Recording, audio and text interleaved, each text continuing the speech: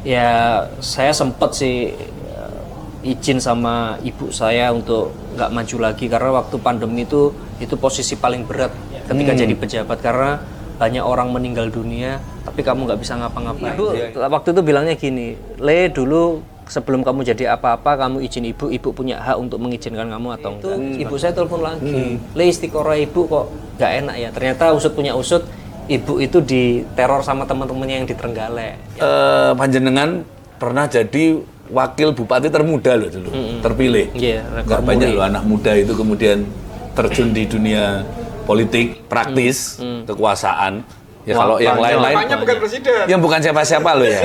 Kalau bapaknya presiden, kowe ra wani ngomong.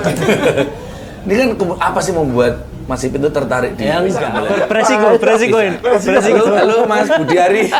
Ngawur ngene iki mesti. Orang kan kominfo urusannya. Nun sewu, langsung riyen kula belum balik. Maksudnya itu tadi berarti. Iya, maksudnya itu. Dengerin, netizen dengerin ya. Jelas gitu. Kita jelaskan tentang Trenggalek, Trump dan Prabowo itu tadi. Kiri dikira komunis, kanan dicap kapitalis, keras dikatai fasis, tengah dinilai tak ideologis. Mas Ipin, Nggih, dalem. ngomong-ngomong tentang Trenggalek, Nggih. banyak orang itu termasuk kami ya. Ini jujur kami belum pernah ke Trenggalek, Nggih. tapi nama Trenggalek itu nggak asing. Bisa ceritain Trenggalek itu bagaimana? Ya Trenggalek, saya bisa ngomong itu pintu selatannya Jawa. Pintu selatannya aja. Karena kalau jenengan cek di peta selatan yang punya teluk paling luas, paling dalam itu ya di Trenggalek. Jadi kita secara alam itu kalau pantai selatan jangankan buat main, gawe kelambi hijau ya wedi. Ya tapi kalau di Trenggalek kita bisa main water sport segala macam sing santai-santai itu bisa karena kita punya teluk. Punya teluk, otomatis makanya ombaknya pun juga nggak terlalu makanya besar, dulu zaman Bu Megawati beliau bikin pelabuhan perikanan Nusantara di sana. Itu kita nggak perlu banyak breakwater karena ya memang sudah shelter. Dan sekarang kita lagi ngerintis ada pelabuhan niaga. Terus kemarin saya main ke Perth, kita coba ngajak karena biasanya orang Australia itu kalau pas anginnya ke utara mereka itu jalannya trip ngelewatin pulau-pulau Indonesia sampai biasanya berhentinya di Malaysia di mana. Nah mereka rally 2025 Mei Juni besok rally to Pelabuhan Bajo, terus berusaha mau saya tarik ke Trenggalek. Jadi dengan kemarin kapal mereka ini ya pakai iyak gitu Nah, mereka. iya. 7 orang sekeluarga gitulah, 7-8 orang. Jadi nanti kita siapkan marina, terus nanti orang-orang imigrasi apa sana. Karena mereka kan pengennya long trip gitu. Iya. Nah, apa yang menarik dari Trenggalek? Yang menarik adalah yaitu satu itu situasi atau nuansa pantai selatan yang berbeda dari pantai-pantai selatan yang lain. Terus kemudian jenengan langsung bisa dapat one stop tourism itu hanya within 15 minutes, 15 menit. Kalau di Bali, kalau dari daerah pantai ke Ubud gitu ya, cari yang agak dingin dikit, itu kan ya kurang lebih 1,5 sampai 2 jam. Kita hanya 1,5 15 menit, jenengan dapat pantai pasir putih, jenengan bisa dapat hutan mangrove, bisa nyusuri sungai di hutan mangrove-nya itu, jenengan langsung bisa dapat hutan durian terbesar katanya se-Asia Tenggara karena 700 hektar. Di dalamnya ada air terjun. Terus jenengan bisa dapat goa terpanjang se-Asia Tenggara versinya Mr. Mantovani ini salah satu peneliti dari Prancis, ahli goa dari Prancis. Itu hanya 15 menit. Berarti memang kalau ngomongin Trenggalek itu utamanya emang pariwisata. Ya, saya nggak ngomong utamanya pariwisata, tapi scope lebih besarnya lagi nature. Kita itu kita really dependent on nature gitu. Karena kalau dilihat PDRB-nya, PDRB terbesar itu sektornya ekonominya dari sektor pertanian. Itu 23%. Ya otomatis kalau pertanian, kalau ngomong di Trenggalek ya pertaniannya ya pertanian hutan, kebun, ya pertanian pangan termasuk perikanan kalau di statistik kan jadi satu. Terus kemudian yang kedua adalah manufacturing. Tapi manufacturingnya itu ya industri kecil dan menengah. Dan rata-rata itu hilirisasi dari produk pertaniannya itu. Kemudian layer ketiganya lagi itu adalah jasa dan pariwisata. Dan pariwisata kita ya jualannya ya jualan jualan Alam ya. laut, jualan apa. Jadi hampir ekonomi kita itu ya driven by alam ini. Gitu. Makanya kenapa saya ketika sebelum cuti kemarin kita menyusun rencana pembangunan jangka panjang daerah, ya kita langsung benar-benar ngomong 2045 saya pengen net zero karbon. Karena kalau nggak begitu, nanti kalau alamnya nggak diopeni, kita susah air. Sekarang aja gejalanya udah sering kerasakan banjir, longsor. Terus kalau nanti limbah nggak diatasi dan segala macam, ya ekonomi kita bakal keganggu. Wah, ini menarik banget loh, Mas Den. Karena dari beberapa kali kami wawancara beberapa calon kepala daerah, nggak banyak ngomongin tentang sustainability. Tadi ngomongin zero karbon. Ya aku kan calon mas, kan aku wis. Tapi sekarang jadi calon. gelem ya monggo, ora gelem ya wis matur suwun. Jadi calon gitu. Karena kan sebenarnya kan ngomongin krisis iklim. Karena kemudian ngomongin kekeringan, bencana. Iya dan kerasa. Makanya kemarin waktu Bu Risma ke Trenggalek yang saya tunjukkan, Bu, ya kalau nanti kalau Tuhan ngijabahi, kita punya percobaan sawah hemat air. Karena sekarang kan konfliknya karena gini, aku keluar duit miliaran untuk bikin sumur-sumur. Itu sumur 1 sampai 3 tahun debitnya sudah berkurang, 4-5 tahun sudah kering lagi. Belum lagi nanti resiko permukaan tanahnya turun. Nah, sehingga ya bagaimana konsumsi airnya ini kan bisa bijak. Ya kan kita sudah untuk bersuci, untuk konsumsi. Nah, kalau untuk sawah itu kan kalau kita lihat kan air itu kan ya dikocor-kocor gitu aja.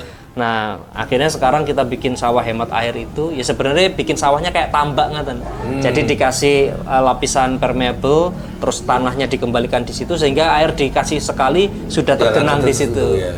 Nah, ini sekarang sedang kita lombain, ternyata masyarakat antusias. Jadi dulu di lahan-lahan yang kering yang nggak pernah bisa untuk sawah pangan itu bisa terjadi. Makanya konsepnya kalau memang Pak Prabowo ingin ketahanan pangan, harusnya tanpa harus dilakukan deforestasi,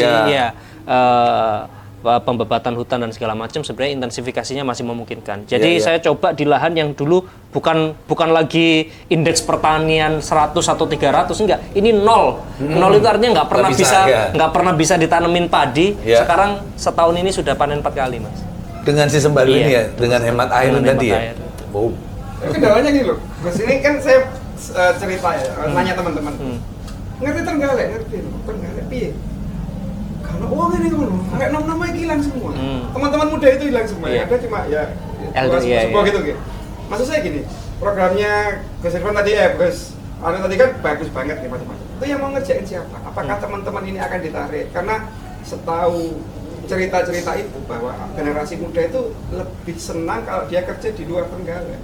Karena lapangan pekerjaannya itu kan kurang. Jadi kalau mungkin programnya seperti ini, artinya kan butuh minimal orang-orang Trenggalek sendiri untuk melakukan itu. Nah itu gimana cara jenengan untuk menarik lagi? Ya memang kombinasi lah. Kalau dilihat dari struktur demografinya Trenggalek, sebenarnya kita itu puncak bonus demografinya sudah di tahun 2019 kemarin. Dan sekarang kalau dilihat dari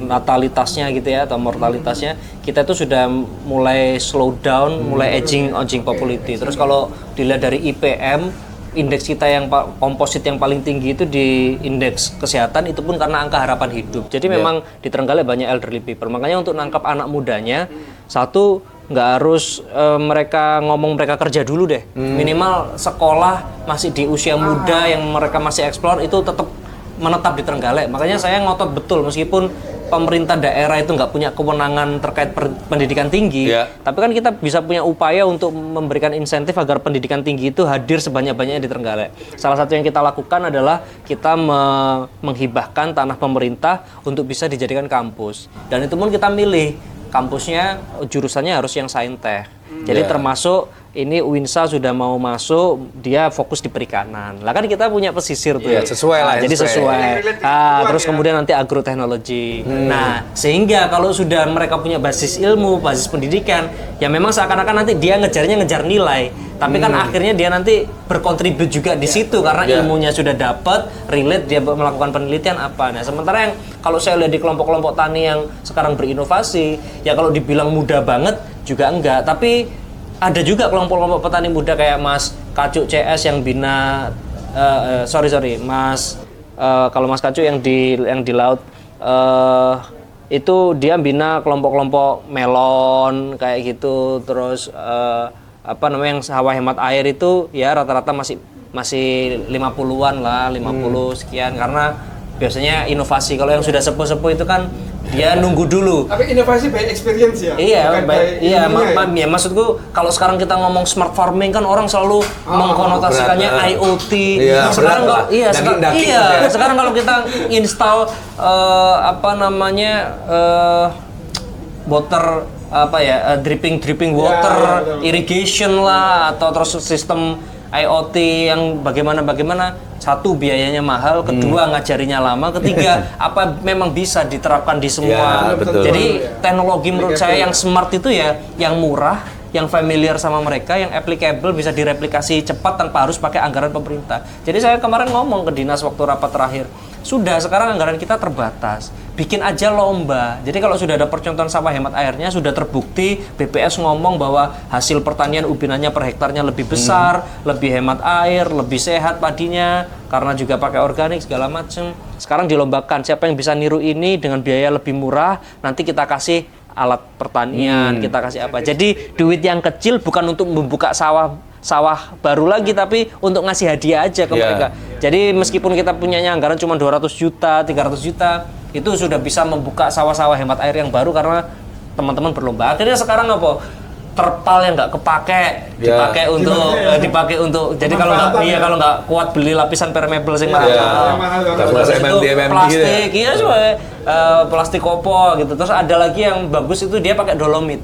Karena tahu dolomit itu bisa kedap air, jadi dikeduk pakai dolomit terus dikasih arang sekam gitu, terus tanahnya dikembalikan. Itu ternyata juga bisa juga. Gitu. Iya, jadi akhirnya daya kreatifnya masyarakat itu muncul, dan itu yang sebenarnya kita harapkan gitu. Jadi nggak top down, tapi mereka ternyata juga punya dikasih contoh. Oh pokoknya konsepnya begini, mereka ngembangkan. Iya, karena memang tadi yang paling besar di Trenggalek ternyata pertanian ya, mengembangkan pertanian yang mungkin sesuai dengan ya lingkungannya Trenggalek, masyarakatnya Trenggalek juga kan. Nah ngomongin ini program kan, ngomongin Trenggalek kan banyak juga secara pendidikan, mungkin banyak kemarin indeksnya masih ya rata-rata tengah lah 77,1. Nah, cara meningkatkan tadi pengen ada kampus universitas. Kemudian untuk masalah fasilitas kesehatan, itu rencana kalau dari Mas Ipin sendiri akan gimana nih? Kalau fasilitas kesehatan sebenarnya kita sudah belajar dari pengalaman pandemi, kita sudah cukup progresif. Kemarin saya sempat sih izin sama ibu saya untuk nggak maju lagi karena waktu pandemi itu posisi paling berat ketika jadi pejabat, karena banyak orang meninggal dunia tapi kamu nggak bisa ngapa-ngapain. Iya. Fasilitas rumah sakit terbatas, ya itu mungkin taraf terendah saya sebagai seorang pimpinan, yang saya pun juga ngerasanya ini Tuhan bisa maafkan saya nggak ya gitu. Saya sebagai orang nggak bisa menyelamatkan segini banyak nyawa. Dan yang paling saya sedih apa? Waktu saat itu indeks angka kematian ibu dan bayinya melonjak. Karena ketika orang ingin melahirkan, terus waktunya ada tindakan operasi, dicek ternyata dia positif, kita nggak berani operasi karena kita belum punya ruangan operasi bertekanan negatif. Nah, jadi akhirnya ketika dirujuk kemana-kemana, di sana penuh, di jalan nunggu, meninggal. Itu yang saya beban. Nah, sekarang fasilitas fisiknya sudah ada, terus kemudian kita juga transformasi kesehatannya. Oke, UHC kita kejar ya, karena kalau UHC kan ya sepanjang daerah punya anggaran, mau semuanya digratiskan bisa gitu. Tapi yang lebih penting lagi, mindsetnya kita rubah, karena kalaupun digratiskan semua, beban juga jadi punyanya pemerintah pusat lewat BPJS ini yang katanya yang mau defisit juga, berat, defisit berat dan segala macam. Nah, kan itu. Nah, maka sekarang di Trenggalek kita shifting, malah yang mau sehat kita bayar. Jadi ada indikator keluarga sehat, kalau mereka mau memenuhi ya itu kemudian kayak contoh, kalau punya keluarga yang ODGJ ya pangapunten ODGJ, jangan dipasung. Terus datang ke puskesmas, ke poli jiwa, diterapi setiap hari. Nah kalau keluarganya mau ngopi kayak begitu, itu kita kasih insentif. Jadi care ekonomi kemarin itu dapat penghargaan di Laos melalui Kementerian Pemberdayaan Perempuan dan perlindungan anak itu kita yang dari Indonesia dapat penghargaannya salah satu best practice-nya Trenggalek itu. Jadi kita disebut sudah melakukan yang namanya care ekonomi. Jadi kalau orang malah lebih aktif ke posyandu sehingga cek KJSU-nya apa punya kanker kah atau punya jantung kah atau punya riwayat hipertensi yang berpotensi stroke. Nah, kalau itu dia aktif ke posyandu kita kasih poin mereka dapat duit. Nah, sehingga akhirnya sudah ada screening dini. Sehingga nggak harus kemudian semuanya sudah fatal terus dibawa ke rumah sakit. Nah, gitu. Ya, nah tadi sempat ngomong tentang sudah matur ke ibu nggak mau maju lagi. Sekarang maju. Kan kemarin jadi ibu waktu itu bilangnya gini, Le dulu sebelum kamu jadi apa-apa kamu izin ibu punya hak untuk mengizinkan kamu atau enggak sebagai orang tua. Tapi sekarang kan kamu posisinya sudah jabat, artinya kepemilikan kamu itu sudah bukan kepemilikannya ibu atau bojomu lagi, tapi sudah punyanya rakyat. Masyarakat ya. Ya jadi kalau masyarakat masih menghendaki kamu ya kamu kerja yang baik. Kalau masyarakat sudah nggak mau sama kamu lagi, ya alhamdulillah berarti sesuai keinginanmu, awakmu iso leren, iso ngayai sing liyane. Ya kemarin saya dengar kan katanya sebenarnya mau majunya di gubernur ya? Bukan maunya. Jadi ya karena kan tahu sendiri mungkin kalau nggak ada putusan MK ya maju. Ya PDI Perjuangan di Jawa Timur nggak bisa mengusungkan sendiri. Kemarin sama PKB pun juga kan belum ketemu. Kan pilihannya hanya koalisi dengan PKB waktu itu. Nah begitu keputusan MK kan mendadak, sehingga kan yang dipantau kan ya pasti kader internal. Ya mungkin kalau di Jawa Timur dilihatnya Bu Risma mewakili Arek dan Madura kan ya, Surabaya kan ya Madura Pandalungan gitu yang di sisi timur gitu ya, sedangkan sisi barat yang lebih Mataraman, yang lebih Jawanya lebih halus itu dicari kader mungkin ya kombinasi yang pas gitu. Nah waktu waktu malam dikabari terus kemudian besok paginya saya itu pun saya belum pulang ke Surabaya, belum ketemu ibu, hanya telepon ibu sudah ngizini, besok saya tuh udah teleponan sama Bu Risma, sudah janjian besoknya mau daftar. Nah mungkin nggak tahu ya ada dinamika apa, sore itu ibu saya telepon lagi, Le istiqoroh ibu kok nggak enak ya, ternyata usut punya usut, ibu itu diteror sama teman-temannya yang di Trenggalek, yang sekarang sudah jadi ya mungkin ada yang jadi perangkat, ada jadi tokoh, bahasanya Mas Ipin itu loh jadi bupati nggak pernah nyebar duit gitu, maksudnya ya nggak pernah hari begitu. Mosok sih disuruh ngancani atau kerja di Trenggalek sampai tuntas saja kok sudah mau ditinggal pergi. Nah terus terus paginya ibu cuma bilang gini, ya wis Le, coba sana kamu pamit ke orang-orang Trenggalek dulu. Akhirnya saya dari Surabaya saya pulang, ternyata ibu saya sudah dalam tanda kutip menggerakkan teman-temannya untuk demo. Terus di demo, terus siang itu sudah kamu hari ini harus daftar di Trenggalek. Jadi siang itu suruh daftar, kita daftar.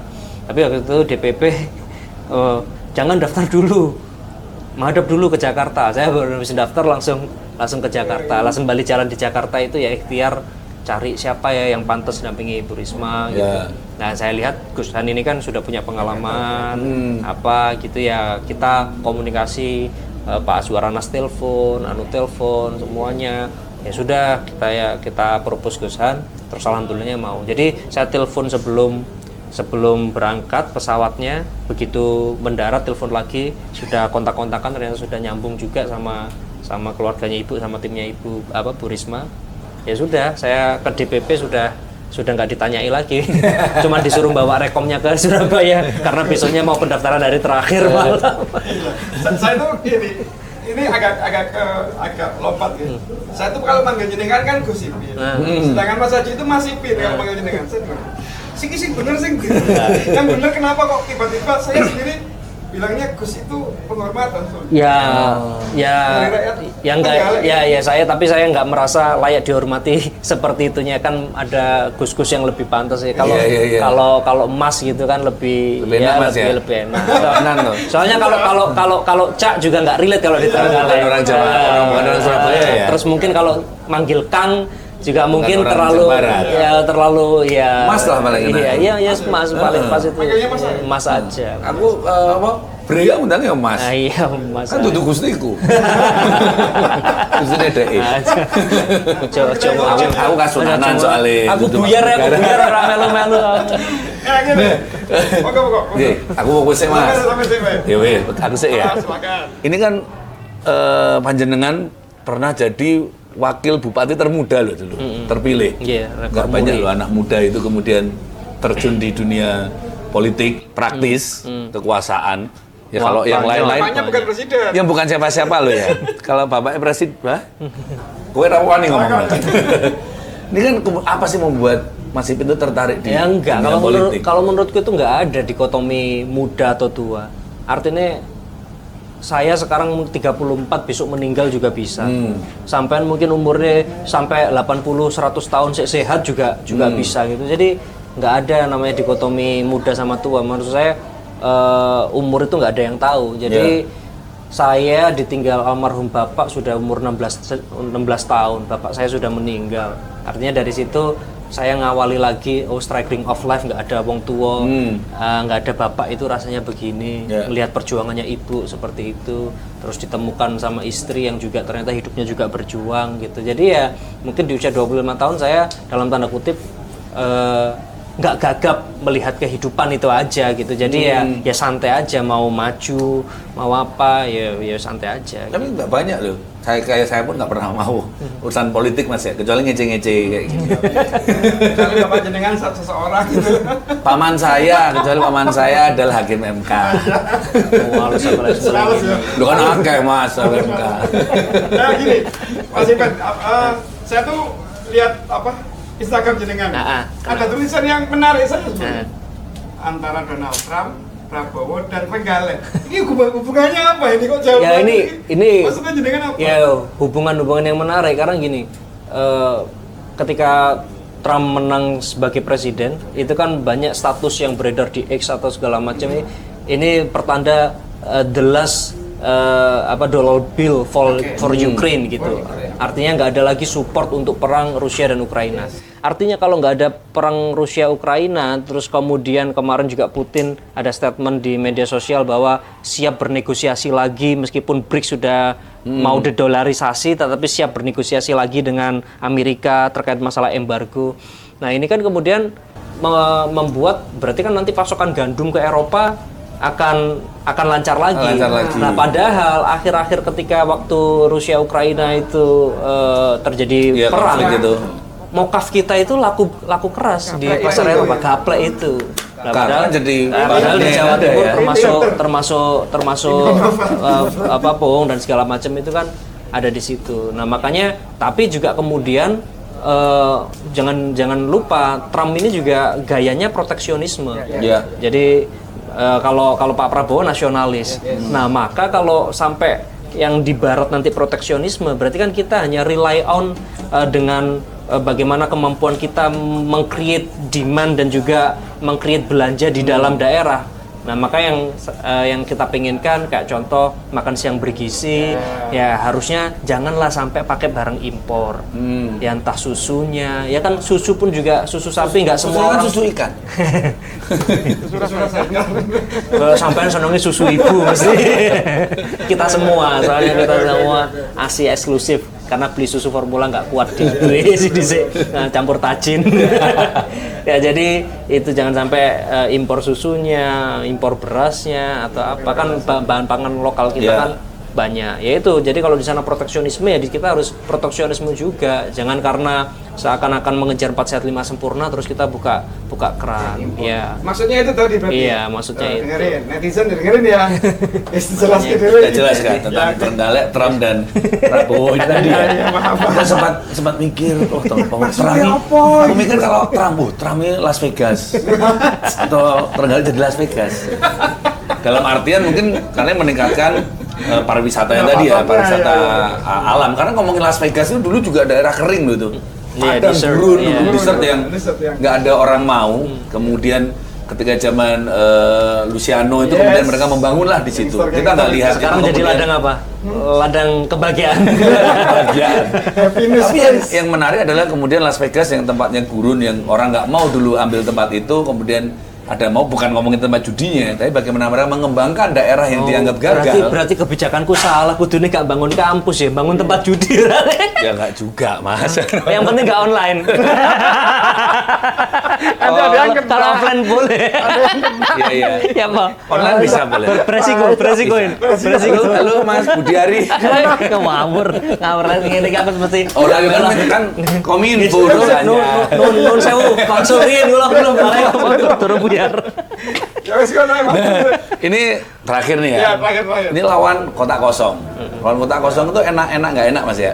Nggak enak sebenarnya. Kenapa nggak enaknya? Ya nggak enaknya saya merasa bersalah sama masyarakat dan tekanannya lebih besar. Karena Iya. gini, saya ketemu masyarakat waktu ya sepedaan gitu sarapan. Mas nyapo to gak sampean langsung kerja wae ngono lho. Ora usah ngentek-ngenteki anggaran dinggo debat, sosialisasi, nyetak alat peraga kampanye wong kabeh ya wis pasti sampai aneh ngono.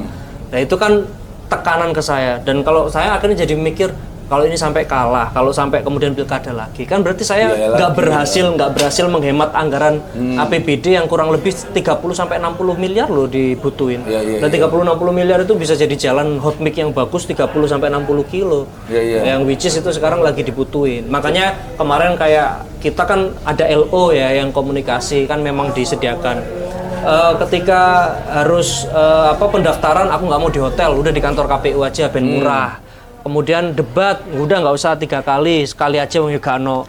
Debat dhewe kan? Iya. Aku tak debat dhewe karo warga neng warung kopi apa neng saya ketemu gitu. Tapi sebenarnya ada kota kosong ini kan satu karena memang tingkat kepuasan masyarakat terhadap kepemimpinan jenengan sangat tinggi. Ya wis aku gak ngomong ya nanti. Kemudian dilihat orang nggak aja. berani ngelawan atau memang ya semua partai ini wis lah ya.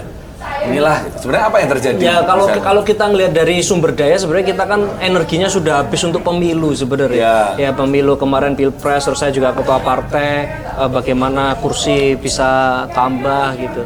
Nah jadi akhirnya ya saya malah memprediksikan 3 calon awalnya karena saya melihat ini partai-partai pemarah sama saya ya karena PDI suaranya naik mereka kurang gitu. Tapi ternyata begitu mereka survei, mereka kirim ke saya, Mas survei ini ketoknya angel, wis aku melok sampean ya gimana koordinasi ya sebenarnya jalan. Oke. Sudah waktunya ya. Karena balik lagi ke Trenggalek habis ini. Nggih. Iya, terima balik. kasih Siap. sekali Mas Ipin. Nggih. Semoga sukses dan kita berjanji suatu saat kita harus ke Trenggalek ya. Kita harus bergerak. Kita jalan-jalan naik kapal seperti orang sekali juga nggak apa-apa. Oke, terima kasih sekali. Semoga sukses dan semua teman-teman tonton terus Diskusi Barbar di channel 2045 TV. Barbar. Kiri dikira komunis, kanan dicap kapitalis, keras dikatai fasis, tengah dinilai tak ideologis.